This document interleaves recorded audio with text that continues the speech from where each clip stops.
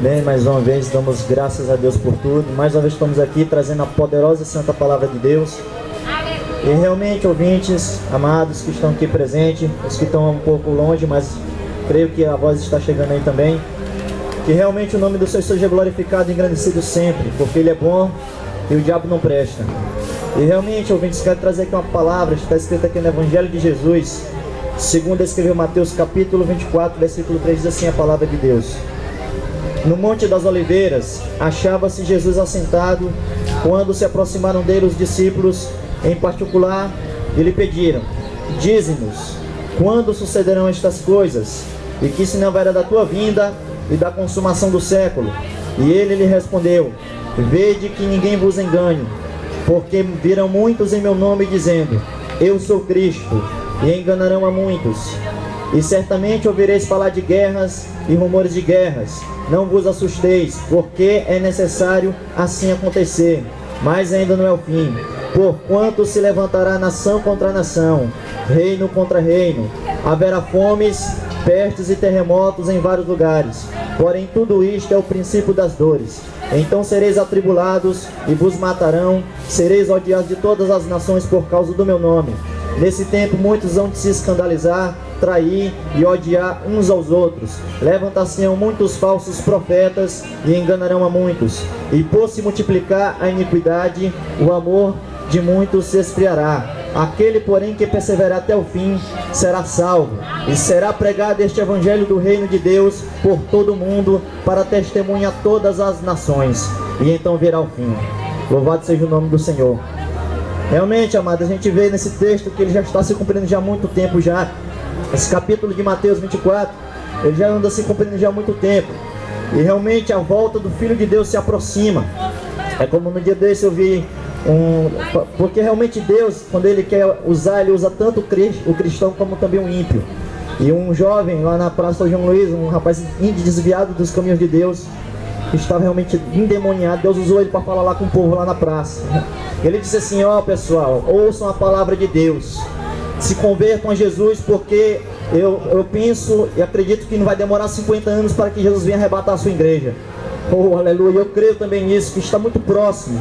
Claro que não tem data, não tem dia nem mês marcado, porque o Senhor não marcou data nem dia.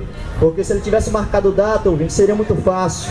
Realmente acredito que muitos deixariam o caminho de Deus por um momento e iam curtir o pecado. Mas o Senhor não deixou data nem dia, porque Ele virá como um ladrão na noite. É como Ele diz no versículo 36, continuando, Ele diz assim: porém daquele dia e hora ninguém sabe, nem os anjos dos céus, nem o Filho, mas unicamente meu Pai. E como foi nos dias de Noé, assim será também a vinda do Filho do Homem. Porquanto assim como nos dias anteriores ao dilúvio, comiam, bebiam, casavam e davam-se em casamento, até o dia em que não entrou na arca e não perceberam, até que veio o dilúvio e os levou a todos. Assim será também a vinda do Filho do Homem. Então, estando dois no campo, será levado um e deixado o outro.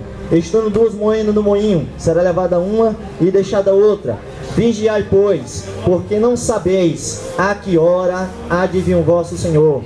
Mas considerai isto: se o pai de família soubesse a que vigília da noite havia de vir um ladrão, vigiaria e não deixaria que fossem roubadas a sua casa. Por isso estáis vós apercebidos também, porque o Filho de Deus há de vir a hora em que não penseis. Realmente Ele vai pegar o povo desapercebido, mano. No momento, no abrir e fechar de olhos, ante a última trombeta, o povo em Cristo Jesus subirá para se encontrar com o Rei da Glória, aleluia. Não vai subir qualquer pessoa, não é de qualquer jeito. O reino de Deus, o reino do Senhor não é bagunçado. O reino de Deus é organizado. Deus trabalha com hierarquia, meu amado, como também o reino de Satanás é organizado. Foi isso que o Senhor falou para os fariseus, os religiosos, quando Ele estava expulsando um demônio de um rapaz, fazendo um milagre na vida dele. A Bíblia diz que os fariseus, os religiosos, começaram a acusar Jesus, dizendo que ele estava recebendo o poder do príncipe do Beelzebul. Aí Jesus falou assim para eles: como pode Satanás expulsar Satanás?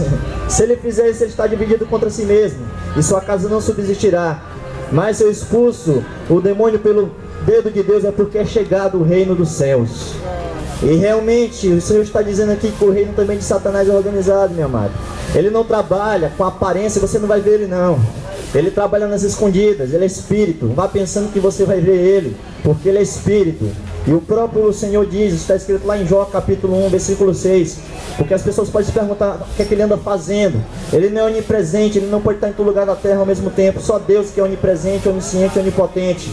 Então Satanás, Jó, está escrito lá em Jó, fala o que é que ele anda fazendo. Está escrito no capítulo 1, 6, diz assim: e vindo um dia em que os filhos de Deus vieram apresentar-se perante o Senhor, veio também Satanás entre eles. Então Deus disse a Satanás: de onde vem, Satanás?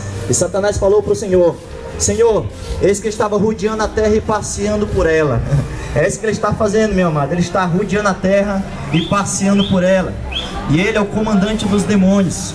Jesus fala em João 10:10 que o ladrão não veio senão para matar, roubar e destruir. Mas Jesus completa: eu vim para que tenham vida e a tenham com abundância. Então ele desceu das regiões celestiais motivado pelo sentimento, foi o amor dele por nós. A Bíblia diz que Deus amou o mundo de uma tal maneira que deu seu Filho unigênito, para que todo aquele que nele crê não pereça, mas tenha vida eterna. Então vejam bem que ele desceu do céu, foi motivado por esse sentimento, chamado de amor ágape, o amor perfeito, o amor que tudo espera, que tudo suporta, como diz Paulo em sua epístola aos Coríntios. Realmente, amados, o Senhor avisa na palavra dele. Não é novidade as coisas que estão acontecendo aqui na terra, porque tudo está escrito na palavra do Senhor.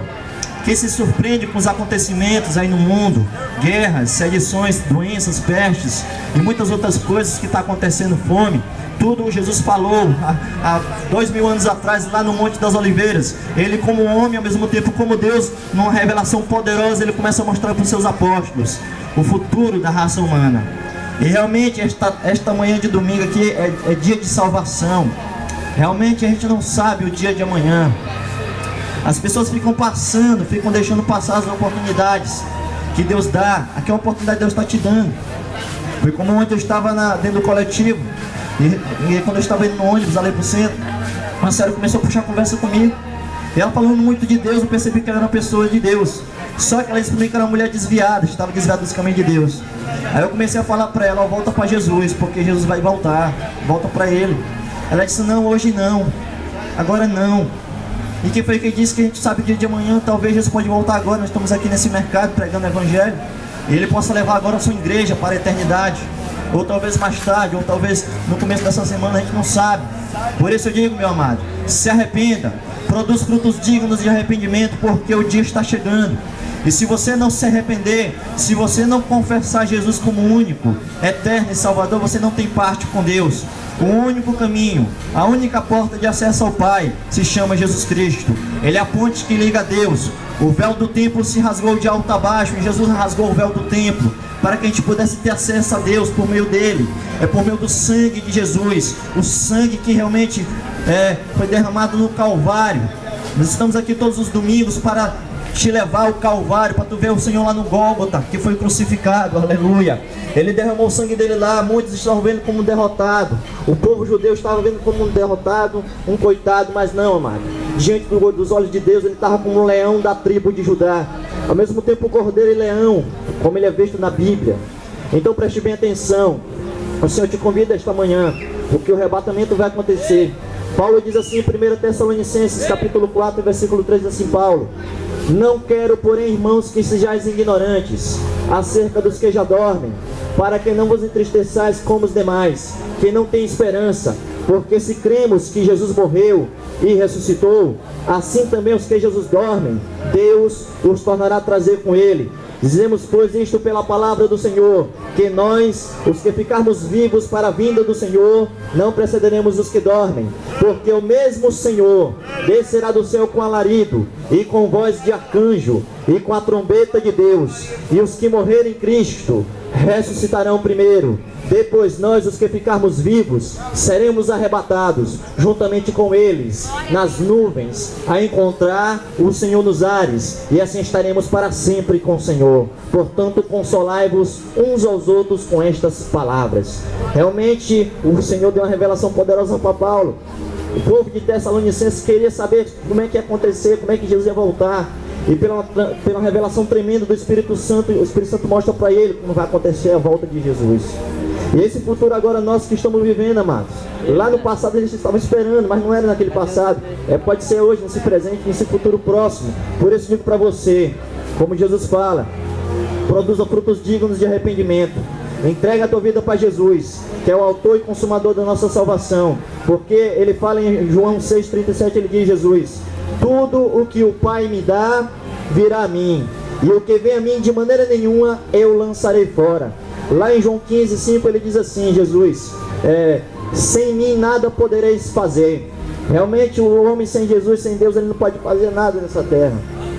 Por isso eu digo para você esta manhã, para encerrar, só está escrito assim em 2 Crônicas 7,14, diz assim a palavra de Deus: e se o meu povo, que se chama pelo meu nome, se humilhar e orar e buscar a minha face e se converter dos seus maus caminhos, então eu ouvirei dos céus, eu perdoarei os seus pecados e vou sarar a sua terra. Ele fala assim também, está escrito no Salmo 37,5, diz assim Davi: entrega teus caminhos ao Senhor, confia nele e o mais ele fará. Jesus fala assim em Mateus 11,28: venham a mim vós que estáis cansados e oprimidos e sobrecarregados, porque eu vos aliviarei. Tomai sobre vós o meu jugo, aprendei de mim, eu sou manso e humilde de coração, encontrareis descanso para a vossa vida, para a vossa alma, porque meu jugo é suave e meu fardo é leve. Então que essa palavra possa ficar no teu coração, que ela possa realmente dar frutos e crescer e cair em boa terra, e que Deus abençoe nós, todos nós aqui presentes, em nome de Jesus Cristo. E eu agradeço pela oportunidade. Amém.